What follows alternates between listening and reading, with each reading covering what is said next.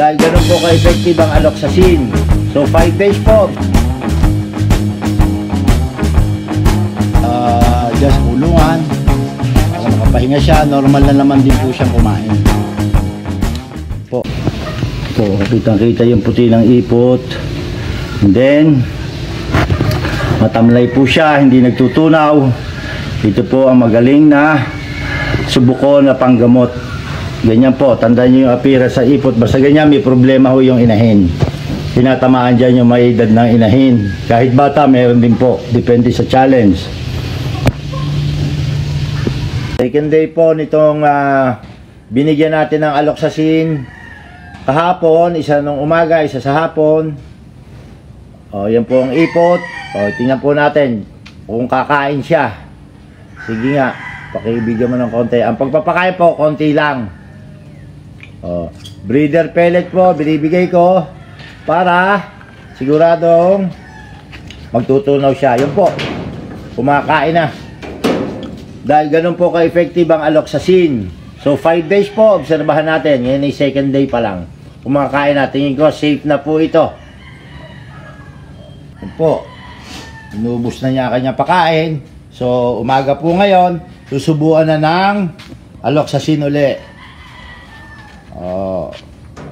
Ano po, isang bigayan pa lang. Kahapon, nung umaga at hapon. Ngayon natin bukas. Ngayon na may second day pa lang.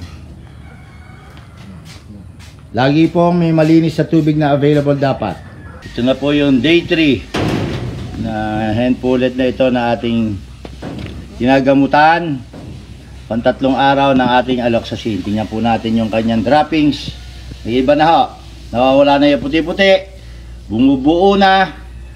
Nagbaback to normal na. Tsaka masigla siya. Tanya, naghahanap na ng pagkain. Gusto nang kumain. Tumalab na po sigurado ang aloxacin. Yan po ang droppings. Nag-iba na. Nagbaback to normal. At day 3. Pang 4th day na po ng ating gamutan ng aloxacin. Pakainin po natin siya. Obserbahan natin yung ganang kumain. Tingnan, nagtutunaw na ba? Tingnan mo nga yung butse. Okay na, nagtutunaw na. Tapos namumula na uli ang mukha, nagbaback to normal. Sige. Ito po, papakainin natin siya. Normal na ang dami. 30 to 35 grams. Tingnan nyo. Ang gana po niyang kumain.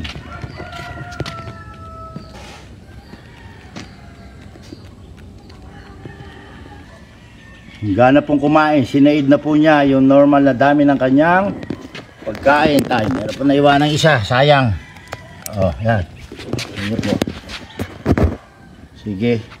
Pagkatapos pong kumain, saka po susubuan ng gamot. Lagi pong ganon. Para tandaan nyo po, kahit na normal na siya kumakain, ang recommendation po ng gumawa ng gamot ay 5 days, so tatapusin po yon para maiwasan ang drug resistance. Pagka yan hindi ninyo kinumpleto at nakabalik ka sakit, hindi na po magagamot, mahihirapan na. Sige po, obserbahan uli natin siya bukas sa last day. Pero normal na po ito, tatapusin lang natin yung 5 days. Lagi pong may malinis na tubig. Po, masigla na siya. Day 5 na po, last day na ng gamutan ng aloxacin. Tingnan nyo po yung droppings niya. Buo na, normal na. Wala na yung masyado yung puti-puti. So bigyan po natin siya ng aloxacin ngayong umaga at saka isa uli mamayang hapon. Last na po ito. Subuan na. Tama na po ha. Hanggang 5 days lang ang gamit ng aloxacin. Kung talaga gagaling siya, huwag po sobra ng 5 days. Sige po, ipahinga natin siya. At ito naman po ay normal na, okay na siya. Sige, pakipasok mo na uli doon kuya dyan sa kulungan para makapahinga siya. Normal na naman din po siyang kumain. Yan po, natapos na ang kanyang treatment. Ganda na po niya, pula na ho ang mukha. I-record na natin kasi nga ho, ika-6 na araw na, tapos na gamutan, obserbahan naman po natin ang kanyang pagkain. Yan po, oh, kita nyo yung iniipot niya puti-puti, no? Sige, pakainin mo siya.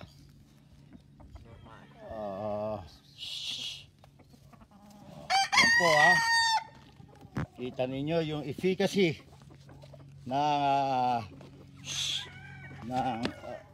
pakialis mo yung isang, yung efficacy po ng ating aloxacin.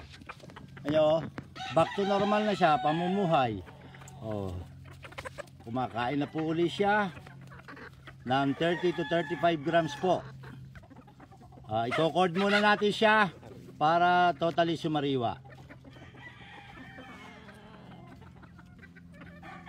Tandaan nyo po, laging may malinis sa tubig pagkatapos kumain. So yun po, napagaling din ito ng aloxacin. Basta tandaan nyo po, ang paggamit ng aloxacin ay isang kapsula sa umaga, isang kapsula sa hapon pagkatapos kumain for 5 consecutive days.